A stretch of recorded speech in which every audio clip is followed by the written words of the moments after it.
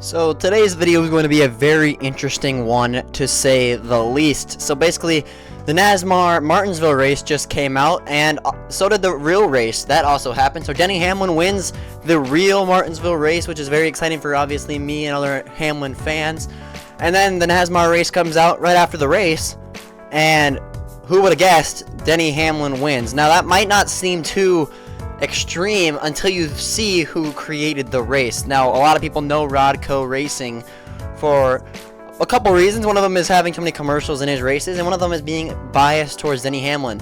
And, you know, bias, I've obviously made a video about bias before. I'll put a picture of that up now, but, you know, I don't think any stop motion creator isn't biased, obviously. So what I'm here to say is that what Rodco did in that race is not necessarily a bad thing. It can just hurt his image, and kind of maybe it could hurt how people view every race he's going to make from now on. So I don't know. I think Rodco having Denny win was not the best choice he could have done, obviously. But if you see how the race, it was a really good race.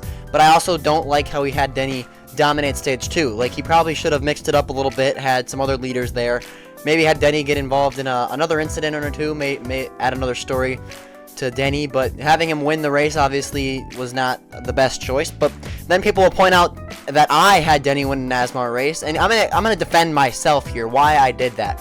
So I had Denny Hamlin win my first ever NASCAR race, and the reason behind this is because who knows if I'm gonna get another chance at the biggest NASCAR stage, you know. So I went through a couple weeks thinking about who do I want to win. First, honestly, I thought about Kyle Larson, Max Keselowski, as you see on the screen now. He obviously wrecked out. I thought of like William Byron, Ryan Blaney, many drivers went through my head. I was just thinking of all the scenarios when I was filming that race last year of who should win my first and maybe my only NASCAR race.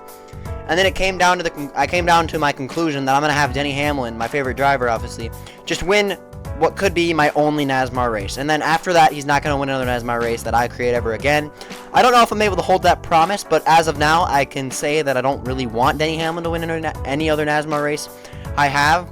The most he'll do is maybe win another stage, but he's probably not going to do too well in the next races that I do in NASCAR community. But basically, I'm going to summarize what I've said so far this video. Bias in NASCAR stop motion is inevitable, and you know, we just saw a huge example of it with Rodco.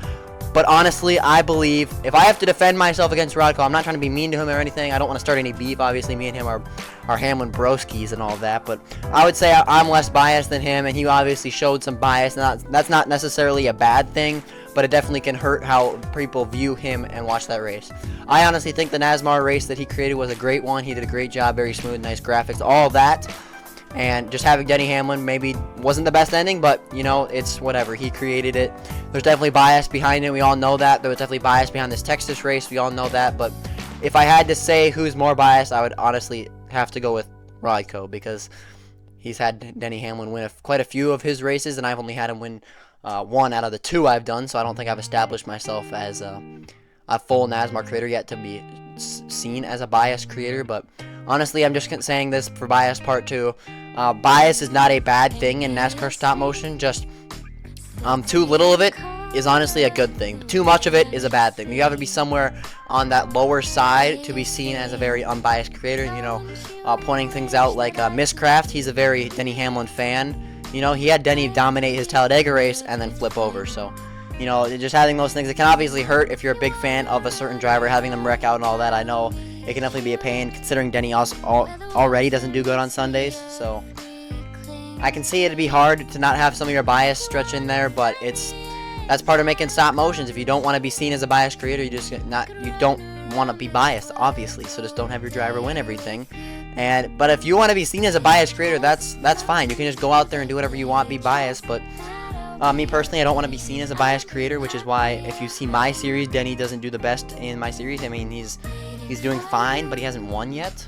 And in NASCAR, he hasn't won since my first race. And, you know, I haven't done enough NASCAR race to be seen as probably a really biased Hamlin fan. I had him wreck for the win. Like at Vegas, he got taken out of contention in a big incident and a tire rub. So I don't think of myself as too biased, but I definitely think too much bias in NASCAR stop motion can hurt the overall feel of someone's race. So I'm just going to sum up this video. Don't be too biased, but if you're biased, it's not the worst thing in the world.